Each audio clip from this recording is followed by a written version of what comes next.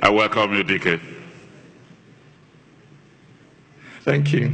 I didn't know if that was a compliment or just... I'm a poet, so I'm going to begin with lines from a poem written by the Irish poet W.B. Yeats and popularized by our own Chinua Achebe. Things fall apart, and the center cannot hold. Mere anarchy is loosed upon the land. Things fall apart, and the center cannot hold. And I start with those lines because I want to ask, why are things in such danger of falling apart in the country today? The answer is an open secret. Every time you look at our coat of arms, it's right over there, you will see the answer to that question. It's written under our coat of arms. We call it the Nigerian motto, and it says, unity and faith, peace and progress. Unity and faith, peace and progress. Unity and faith, because it is difficult to preach unity if you're not also offering faith. The unity of the country feels like it's under threat today because too many Nigerians have lost and are losing faith in the nation. Why is this happening? The answer is sad, but relatively straightforward. Where you have a soldier that has paid the ultimate price defending the territorial sovereignty of the country, perhaps in the northeast, and afterwards the government struggles for one reason or the other to care for the widow and orphans is left behind, people lose faith. If you have a Nigerian that has graduated from university with a 2-1 or a first class, and it's pounding the streets of Lagos and Abuja but cannot find a job because of federal character, quota system, tribalism, nepotism, people lose faith. If you have a mother that takes her child to the hospital and must watch that child die because that government hospital is on strike, or if it's not on strike, it has no drugs, or if it has drugs, she has to pay the full market price for treatment up front before they would consider this child, and she must then watch that child die in the corridor. People lose faith. And when people lose faith in the states, they take solace in the tribe, because the tribe is the natural enemy of the state. When people lose faith in the state, they take refuge in the tribe. And as more and more people take refuge in the tribe, they begin to trouble the peace of the nation, unity and faith, peace and progress. So how do you defend the peace of a nation that is being troubled in these ways? Not by bullets or bombs, but by bringing progress to the people. For it is that progress that restores the faith of the people in the state. For when the Nigerian passport, when the green, white, green becomes a valid ticket to a better life, people will rush to embrace the Nigerian identity. So I am a poet. I'm constrained as an individual. I can only preach one Nigeria with my mouth. But the Nigerian state cannot be seen preaching one Nigeria only with its mouth. No. It must preach one Nigeria with its architects and its builders, with its teachers and its extension workers. It must preach one Nigeria by building roads and bridges and hospitals and railroads. It must preach one Nigeria by bringing a progress that is inclusive to all, to Nigerians. Unity and faith, peace and progress.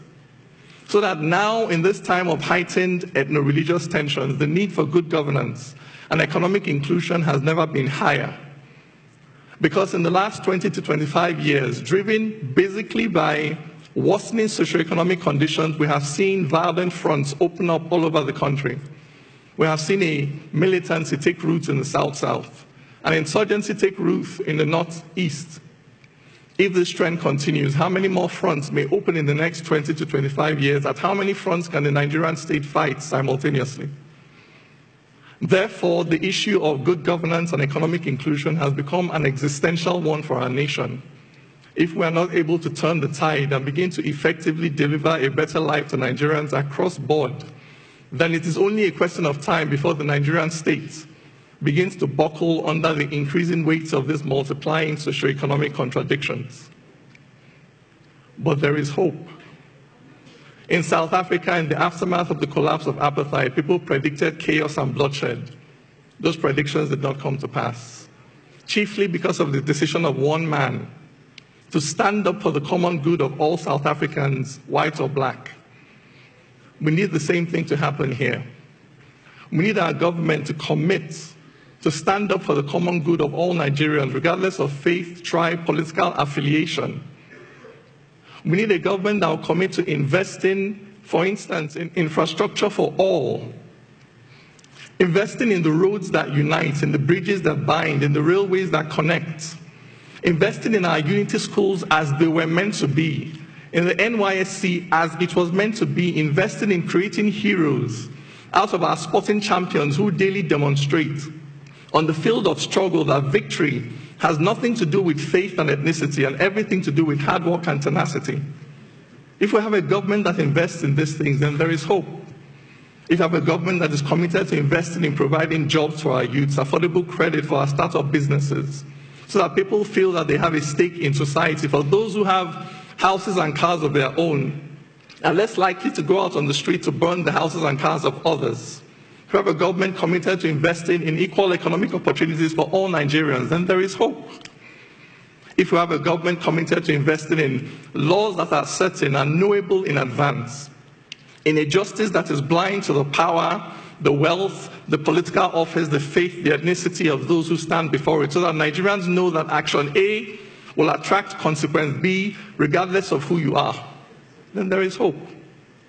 If we will commit to invest in a language of inclusion, in alternative interpretations of our own history and social realities, so that Nigerians see that poverty does not discriminate between North and South, that armed robbers do not obey the federal character principle. And when the River Niger bursts its banks, it does not just flood the homes of Muslims and non-indigents, that devastation does not discriminate, and the only way we can tackle it is by pulling together.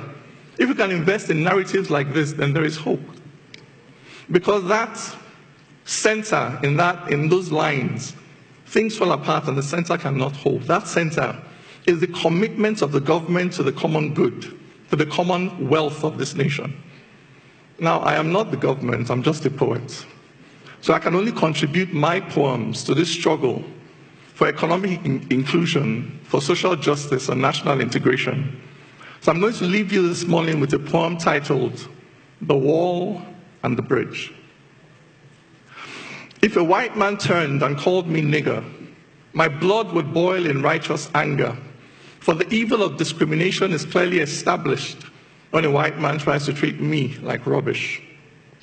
But if Hausas say Igbos are greedy and crude, and Igbos say Hausas are haughty and rude, and Ijaw says the Shekiri must die today, and Ezra tells the Zulu there is no other way. If Yorubas declare it is Awo or nothing, and we use federal character to share everything, so before you can even smile and tell me welcome, you must first ask me where my father is from. If those who were settlers but now indigents say those who are settlers can't become indigents, and the Constitution says we are all citizens, local governments keep issuing certificates of origin. If my brother passed JAM but can't go to uni because he is Tiv and he's not Kanuri, and UNIMAID has a quota for its catchment area, so he must go back to Benue or wait one more year. If it's okay to say it's not okay to marry someone just because they are Kalabari and that every tribe should have its own side, are we not then practicing apartheid? If you cannot buy land unless you're a native and cannot find work unless you're a native and cannot feel safe unless you're a native, how can we then say we're not primitive? Yet, you go to London and get their passport, then settle wherever, however you want. You stand there and fight for equality, but come back and start to use ethnicity. I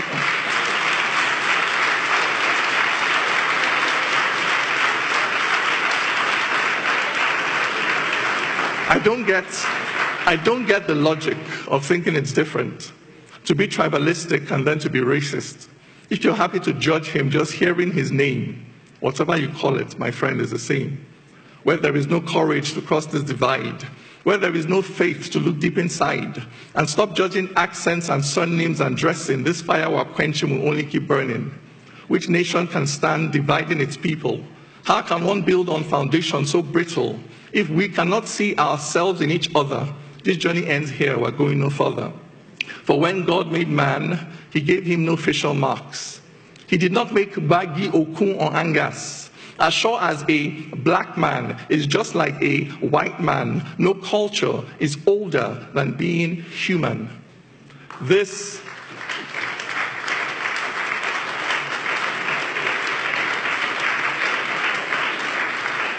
is the truth until we accept it.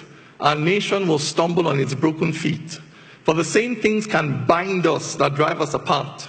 For the wall and the bridge are both in the heart. Thank you very much.